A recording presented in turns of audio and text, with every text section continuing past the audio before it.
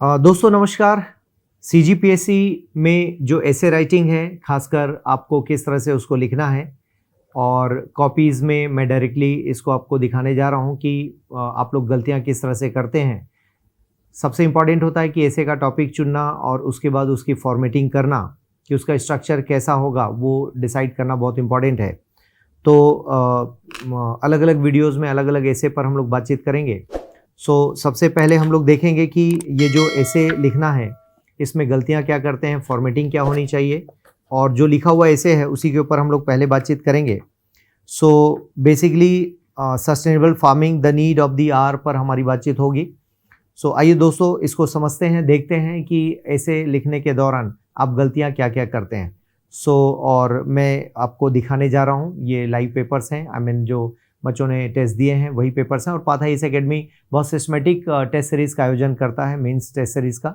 आपका मीडियम जो भी हो, हिंदी इंग्लिश दोनों में ही हम लोग चेक करते हैं और वो चेक करके कॉपीज़ आपको सॉफ्ट कॉपी में दे दिया जाता है। ये अनचेक्ड कॉपीज़ हैं जो मैं आपको दिखाने जा रहा हूँ। तो आइए दोस्तों देखते हैं हम।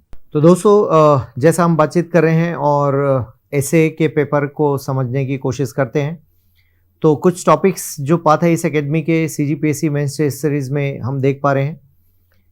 सबसे पहले तो 750 ईच लिखना है, मतलब 750 शब्दों में हर ऐसे को तैयार करना होगा और हर ऐसे पर 50 अंक आपको मिलेंगे। लैंग्वेज आपका कोई भी हो सकता है, हिंदी या इंग्लिश।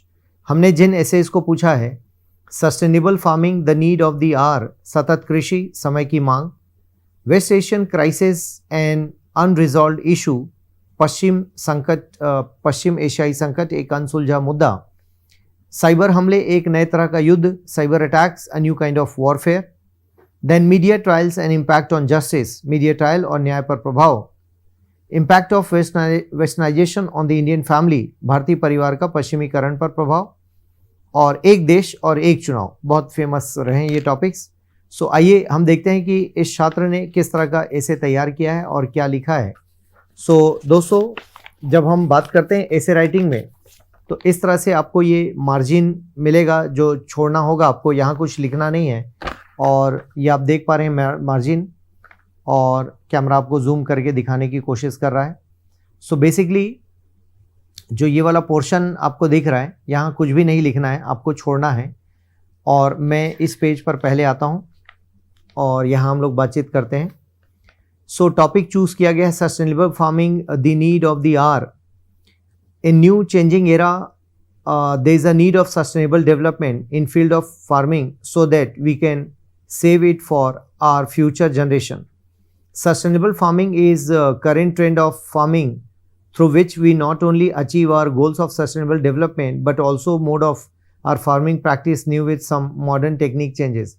अब इस इंट्रो में आप देख पा रहे हैं कि बहुत सफाई के साथ आपने नहीं लिखा है और सस्टेनेबल फार्मिंग के बारे में हम समझा नहीं पाए कि वो है क्या, जबकि इंट्रो में हमें कोशिश करनी चाहिए कि इस पैरा में हम उन बातों को लिखें जो एग्जैक्टली सस्टेनेबल डेवलपमेंट में होगा। इसमें आप पढ़ने पर आप देखेंगे कि गोल गोल बातें हैं, बहुत क्लैरिटी के साथ आपको ये नहीं दिखाई देगा। अब ये चीज़ यहाँ पर, क्योंकि हमारा जो इंट्रो है वो सबसे इम्पॉर्टेंट होता है, एग्जामिनर इसको पढ़कर वो अपने विचार बनाता है कि आप किस तरह के स्टूडेंट हैं और आपके थॉट कैसे हैं, इस बारे में वो सोचता है। और जब इसको पढ़ता है तो वो रिलेट करता है कि अंदर का कंटेंट कैसा होगा। तो आपको ये बताने की आवश्यकता है कि अंदर के कंटेंट में आपने मेंशन क्या किया होगा, वो इंट्रो में पता लगना चाहिए। तो इंट्रो में क्या होना चाहिए, जैसे आप यहाँ समझाते हैं कि सस्टेनेबल फार्मिंग सिर्फ ऐसा नहीं कि आज की जनरेशन के लिए हम कर रहे हैं तो फ्यूचर के लिए बचेगा। मुद्दा ये है कि हमारे जो तरीके हैं वो सस्टेन्ड होने चाहिए, जैसे पानी का इस्तेमाल कम हो, इस तरह की चीज़ों पर हमको प्रयास करना होगा। सॉइल की जो फर्टिलिटी है वो बची रहे, उसके लिए हमें क्या करने की ज़रूरत है, केमिकल कम इस्तेमाल करने की ज़रूरत है, प्लस हमें इंटीग्रेटेड फार्मिंग पर फोकस करने की ज़रूरत है। Now what is sustainable farming? Sustainable farming means the methods through which we can use the raw material keeping in view to use it in an effective manner and also to save it for the resources for the our future generation. Example, using natural fertiliser, organic. अब आपने क्या किया है, इसको यहाँ पर repeat कर दिया, जो यहाँ लिखा है वही फिर से यहाँ पर आ गया। तो ये गलती आपको नहीं दोहरानी है कि आप रिपीटेशन ना करें, ज़्यादा अच्छा होगा। रिपीट करने पर एग्जामिनर का इंटरेस्ट खत्म हो सकता है। एग्जाम्पल यहाँ जाकर आपने दिया ज़रूर है, इसे आप अंडरलाइन भी कर सकते हैं ताकि एग्जाम्पल को समझ सके। Using natural scientific organic using natural fertilizer organic farming which not only help to sustain fertility but also save the agriculture land from environmental pollution। ऐसा उन्होंने मेंशन किया है यहाँ पर कि एनवायरमेंटल पॉल्यूशन से। ये बहुत कोई कॉन्क्रीट एग्जांपल नहीं है जिन्होंने भी इस कॉपी को लिखा है। तो आपको ये ध्यान रखना है कि बाकी बच्चे जो इस वीडियो को देख पा रहे हैं कि आपको कौन सी गलतियां नहीं करनी, क्या करना है तो सभी बताते हैं। इस वीडियो में हमारा फोकस है कि आपको क्या नहीं करना है, वहां आपको ध्यान रखने की जरूरत है। ठीक है। About more than 70% population of India is involve in agriculture practice. We have mostly rural population, so sustainable farming will be best way to farming for our farmers to produce crop in scientific method and also cost beneficial for them। तो बहुत concrete यहाँ पर para नहीं है जिससे आपको marks मिले। आपने बोला सही है, तथ्य दे दिया है, लेकिन जब व्हाट इज सस्टेनेबल फार्मिंग पर आते हैं तब आपने उसका रीज़न बताया कि क्यों हमें चाहिए ये। ठीक है ना। तो ये आप देख पा रहे हैं कि डायमेंशन कैसे बदल जाता है लिखने के फ्लो में, और आपको लगता है कि आपने बहुत अच्छा ऐसे लिखा है जबकि बहुत इफेक्टिव नहीं है। Now features of sustainable farming. Sustainable farming has some characteristics which are as follows. Helpful for environment protection. अब यहाँ पर आप ठीक कर रहे हैं कि ये पैरा में ऐसा हो सकता है। इसको कुछ लोग पॉइंट वाइज भी कहते हैं कि यही पॉइंट वाइज है सर और हमें इसी तरह से लिखना है। Use of raw material adequately. अब यहाँ पर आपने रॉ मटेरियल बताया नहीं कि रॉ मटेरियल कौन सा है जिसको यूज़ करना है। Adoption of different farming practice. So अब यहाँ पर with sustainable farming we can use agriculture method to produce the crop which help. अब आपको बताना पड़ेगा कि वो डिफरेंट फार्मिंग प्रैक्टिस क्या है। आपने तो सिर्फ टाइटल लिख दिया लेकिन आपने बताया नहीं कि वो प्रैक्टिस डिफरेंट क्या क्या है हमारे पास, क्योंकि एग्जामिनर को कैसे पता चलेगा कि किन प्रैक्टिस के बारे में बातचीत हो रही है। Increase in agriculture production and growth in farmers income while practising. Again मतलब गोल गोल बातें करके आपको नहीं लिखना है, टू द पॉइंट आप चलेंगे तो आपको ज़्यादा बेहतर मार्क्स मिल सकते हैं।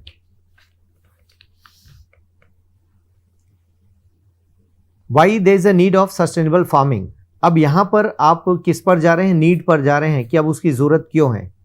अब यहाँ पर provide a better way of agri practice. Sustainable farming method is practice globally, then need of current situation, then with the help of sustainable farming. So कुल मिलाकर अब आप इन प्रोस्पेक्ट ऑफ इंडिया, अब आपने इंडिया का प्रोस्पेक्ट बता दिया, negative and drawback of sustainable farming. So इसमें कोई तथ्य नहीं रख पाए, जबकि CGPSC अपने ऐसे में कहती है कि उनको फैक्ट्स चाहिए, कि वो फैक्ट्स किस तरह के हो सकते हैं वो आपको देखना होगा, और वे फॉरवर्ड। तो बेसिकली आपको वे फॉरवर्ड में बताना होगा कि आगे अब हमें क्या करना है, किस तरह के एक्शंस लेना है। Awaring farmer about it, making advertisement, small training centre to train about, to make programme and scheme for sustainable, to encourage farmers by providing some subsidy. So कुल मिलाकर आप देखोगे बहुत कॉन्क्रीट यहाँ पर पॉइंट्स नहीं आ रहे हैं, और वे फॉरवर्ड में इस तरह की चीज़ों को हम दिखा तो रहे हैं लेकिन बहुत इफेक्टिव नहीं है, क्योंकि आप इसमें पंचायती राज की बात नहीं कर रहे हैं, आप इसमें NGO को शामिल करने की बात नहीं कर रहे हैं, आप किसानों को सीधे इस मेथड से जोड़ने के लिए जैसे हमारे राज्य में IGKV है, इंदिरा गांधी कृषि विश्वविद्यालय, तो क्या उनके साइंटिस्ट को हम जोड़ सकते हैं जब सस्टेनेबल फार्मिंग की बात आएगी। तो इन मुद्दों को शामिल करने की ज़रूरत है जब वे फॉरवर्ड की बात करते हैं। तो दोस्तों इसी टॉपिक पर एक और मैं ऐसे लेता हूं कि ताकि दो लोगों का कंपैरिजन हो जाए और आपको भी समझ में आ जाए कि दूसरे छात्र ने क्या लिखा है। तो इस पर हम लोग देख सकते हैं कि ये अच्छा एक देश एक चुनाव पर है, और सेम टॉपिक पर यस सतत कृषि समय की मांग। अब ये हिंदी वर्जन देखते हैं।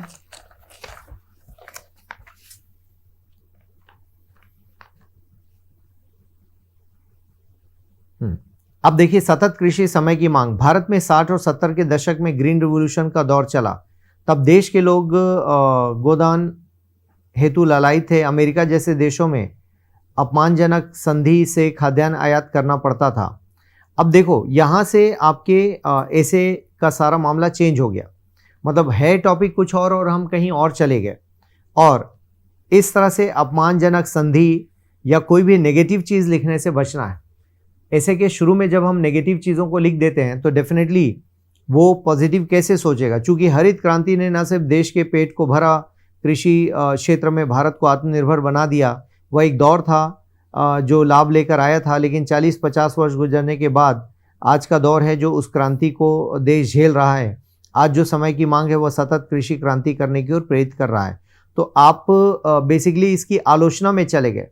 तो छात्रों, आपको ध्यान रखना होगा कि आप इमीडिएट आलोचना में नहीं जा सकते। सतत कृषि के पॉजिटिविटी पर बात करनी है और आप सीधे चले गए उसकी आलोचना में, और आपने बता दिया कि जो हरित क्रांति है, ग्रीन रेवोल्यूशन है, वो हमारे लिए बेकार था, वो नेगेटिव था।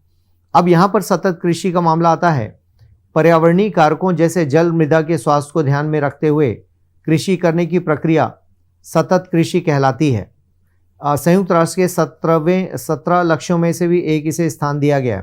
अब ये अधूरी जानकारी है, जबकि आपको ये क्या बताना पड़ेगा, संयुक्त राष्ट्र सतत विकास लक्ष्य है ना, सतत विकास लक्ष्य सस्टेनेबल डेवलपमेंट गोल है, एसडीजी कहा जाता है, और इसको यूएनडीपी लेकर आती है, यूनाइटेड नेशंस डेवलपमेंट प्रोग्राम।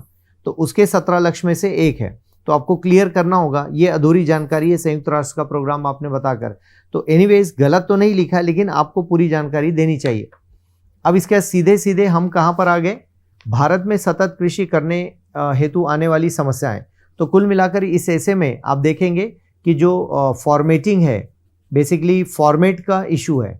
तो साफ जाहिर है कि छात्र ने लिखने के पहले इसको एक रफ वर्क करके नहीं देखा कि मैं जो ऐसे चुन रहा हूँ उसमें फॉर्मेटिंग क्या होना चाहिए, उसका स्ट्रक्चर क्या होना चाहिए।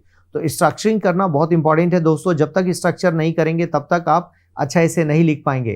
तो स्ट्रक्चर का अर्थ ये हुआ कि आपको ये देखने की आवश्यकता है कि पहले मैं क्या डालूं। तो अब आपने पहले ही समस्याएं बता दिया। अब यहाँ पर आपने क्या डाला, भौम ढाल, प्रदूषण और अधिउपयोग, देन रासायनिक खादों का दुरुपयोग, मिश्रित कृषि का चलन कम, और इसके बाद पुआल जलाने की समस्या, पराली या पुआल, विशेष फसल को एमएसपी में जोर, झूम कृषि जैसी परंपरा का आज भी होना। चूंकि इन समस्याओं से निपटने देश और विभिन्न राज्यों में कुछ सरकारी प्रभाव भी हुए हैं ताकि सतत कृषि को बढ़ावा मिले। प्रयास लिखा है, नॉट प्रभाव। मृदा हेल्थ कार्ड स्कीम, सिक्किम का खुद को ऑर्गेनिक स्टेट घोषित किया जाना, केंद्रीय संस्था इफ्को द्वारा नैनो फर्टिलाइजर विकसित किया जाना। इसके अलावा जीरो बजट फार्मिंग, देन ये यहाँ पर फार्मिंग, वाटर फार्मिंग जैसी अवधारणाएं आज विकसित। सो कुल मिलाकर आप देखोगे कि जब हम बात करते हैं शब्दों के चयन और स्ट्रक्चरिंग की, तो इससे ऐसे का जो प्रभाव है वो नकारात्मक रूप से बदल जाता है। तो ये इनकम्प्लीट ऐसे है। तो आपको ध्यान रखना है कि ये गलतियां आपको नहीं दोहरानी है। एक फॉर्मेटिंग चाहिए, इंट्रो अच्छा होना चाहिए, नेगेटिव नहीं होना है, और वे फॉरवर्ड होना चाहिए जिसमें आप बता सको कि आगे हमें क्या करने की आवश्यकता है। तो इन सारे मुद्दों को लोगे तब जाकर ये चीज़ें आपकी तैयार हो पाती हैं। तो दोस्तों, ये सतत कृषि वाला एक ऐसे आज हमने देखा अभी, और इस ऐसे के बाद हम और भी ऐसे देखेंगे। और इस तरह के वीडियोस के लिए आप हमारे साथ बने रहें, और वीडियोस यदि पसंद आए तो ज़रूर शेयर कीजिए, लाइक कीजिए दोस्तों। और भी इस तरह की कॉपीज़ हम लोग वीडियोस में लेकर आ रहे हैं। बहुत बहुत धन्यवाद।